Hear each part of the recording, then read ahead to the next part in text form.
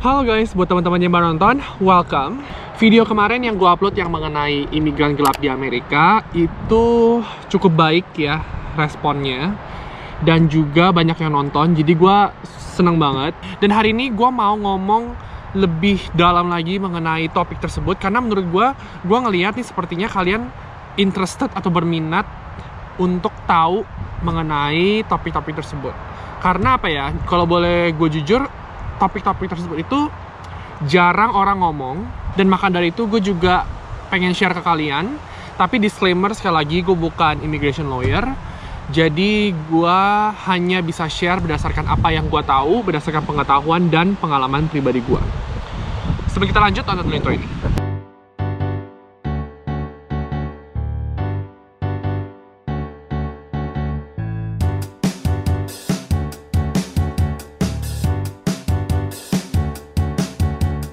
Oke, jadi ada beberapa viewers yang nanya ke gua dengan pertanyaan tuh yang kurang lebih sama gitu loh topiknya. Contoh ya, ini gua kasih tahu ya. Ini ada satu yang bilang tentang overstay, terus apply green card, terus keluarga overstay bisa sekolahin anaknya juga, dan mungkin bisa tambahin satu lagi, kok seperti kalau overstay itu kita bisa nggak rent apartemen, atau mungkin nggak bisa apalagi gitu kok. Terus ada juga yang bilang, ini dari Fui Ji Leong, kok ceritain dong tentang undocumented immigrant. Misalnya kalau ketangkep bakal menghadapin apa? Misalnya dipukul, dimasuk penjara, disita harta-harta atau apa?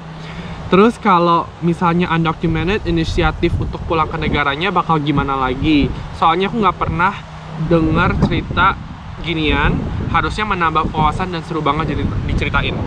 Jadi undocumented immigrant atau imigran gelap yang istilahnya ketangkep dan dideportasi, itu gue cukup banyak sih ngedengar kasus-kasus kayak gitu. Salah satunya adalah ini yang paling cukup common ya, itu adalah ketika apply asylum dan ditolak. Kalau misalnya lu datang ke Amerika, siapapun ya, nggak harus dari Indonesia ya, dimanapun ya, datang ke Amerika dan mereka apply asylum. Asylum itu kan basically kan apply green card kan. Dan yang namanya kita nge-apply itu ada yang namanya di approve dan ada yang namanya di reject atau ditolak. Jadi ketika di approve ya bagus, kalian dapat green card, kalian bisa tinggal di Amerika sebebasnya, bisa ngapain aja, itu good. Tapi kalau misalnya kalian nggak dapet, itu technically kalian dideportasi. Kenapa? Karena gini, apply asylum itu kan nggak cepet ya, prosesnya itu kan lama. Jadinya kalian harus nunggu.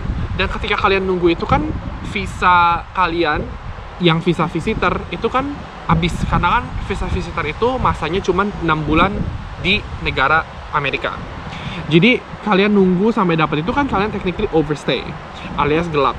Nah, jadi kalau misalnya kalian ditolak asylumnya, kalian udah naik banding dan ditolak, itu kalian harus pulang ke negara kalian alias dideportasi. Nah, kalau misalnya dideportasi, ini gue balik ke komen yang tadi ya, itu mereka nggak bakal dipukul. Kalau masuk penjara, nanti gue akan cerita di cerita berikutnya.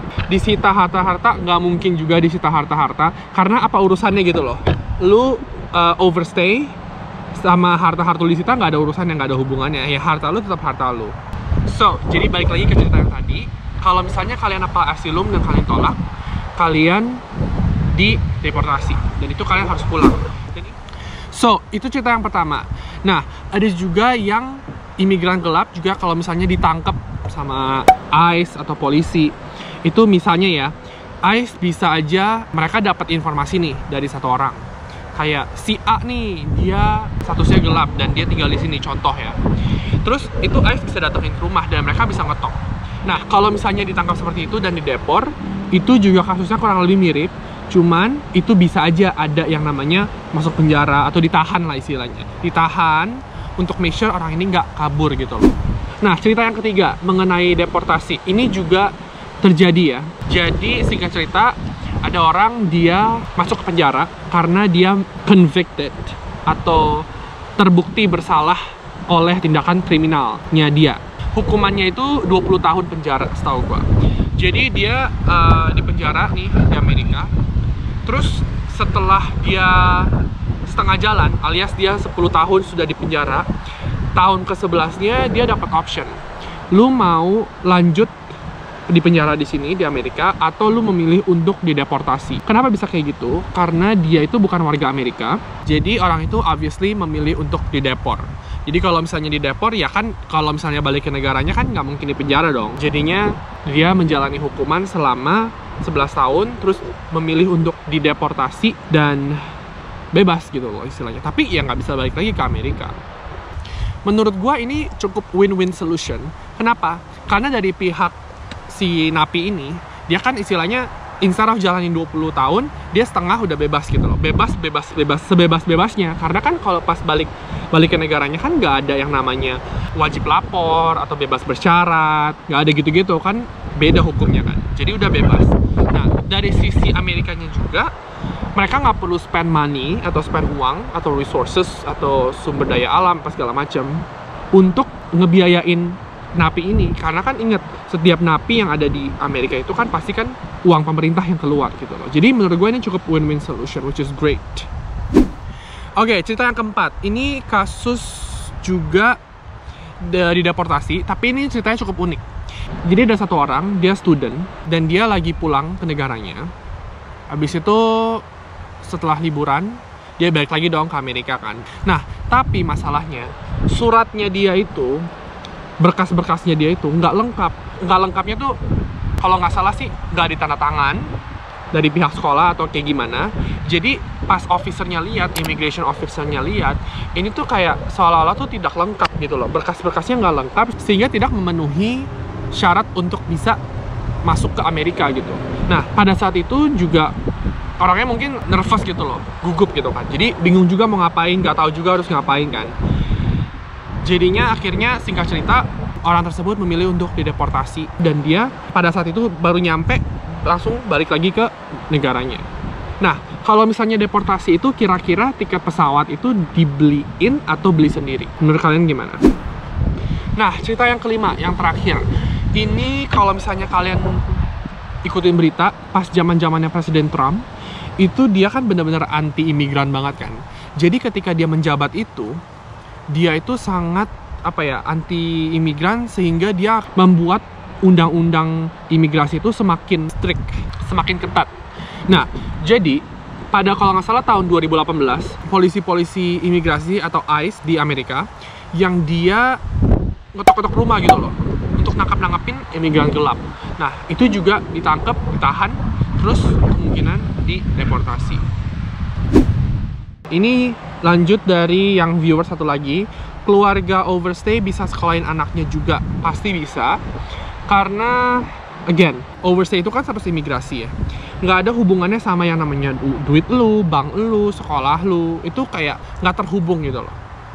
Dan juga satu lagi gini, di Amerika itu ada kota-kota yang namanya sanctuary city. Kalian kalau misalnya mau tahu lebih jelas, Google aja sanctuary city. Itu dimana kota yang tidak menghubungkan polisi dengan imigrasi. Maksudnya apa? Misalnya gini, misalnya lu imigran gelap ya di Amerika, dan lu ketangkap polisi. Misalnya lu ketangkap polisi gara-gara nyetir mabok, oke? DUI, driving under influence. Itu kalian bakal ada record dong, ada record kriminal kan. Nah, kalau misalnya kalian nonton video yang kemarin, Ira, itu kalau misalnya kalian terbukti bersalah oleh tindakan kriminal tersebut, kalian bisa didepor. Nah, kalau sanctuary city itu, mereka tidak menghubungkan berkas polisi atau informasi dari kepolisian atau hukum dengan status imigrasi kalian. Itu sanctuary city, karena mereka mempunyai tujuan untuk memprotek imigran gitu, dengan cara seperti itu. Philadelphia, kota yang kemarin gue tinggal, itu adalah salah satu sanctuary city di Amerika. Kalau overstay, kita bisa nggak rent apartemen? Bisa-bisa aja. Again, nggak ada hubungannya antara status imigrasi dengan kehidupan lu di Amerika. Makanya kenapa banyak imigran gelap yang tinggal di Amerika, karena ya kalau misalnya lu gelap ya udah lu tetap bisa tinggal. Cuman mungkin ada keterbatasan aja yang membuat lu nggak bisa. Kayak misalnya kalau misalnya lu gelap, susah untuk lu bisa dapetin SIM.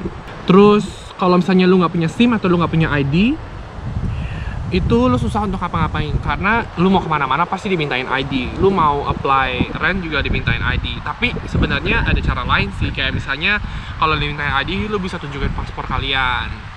Terus kalau misalnya SIM, ada beberapa state yang ketika kalian apply SIM itu mereka nggak minta berkas imigrasi kalian atau status imigrasi kalian. Jadi mereka kasih kalian berdasarkan paspor kalian aja. Jadi itu untuk kalau misalnya kalian yang gelap, kalian bisa dapat SIM dari state tersebut gitu. Oke guys, itu aja video hari ini. Semoga bermanfaat. Komen di bawah kalau kalian ada pertanyaan. Komen juga di bawah. Gue pengen tahu nih, topik-topik apa yang kalian pengen denger.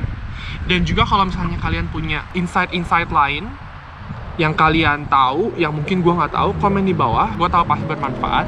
Jangan lupa follow juga Instagram dan TikTok gue. And langsung aja. Bye guys.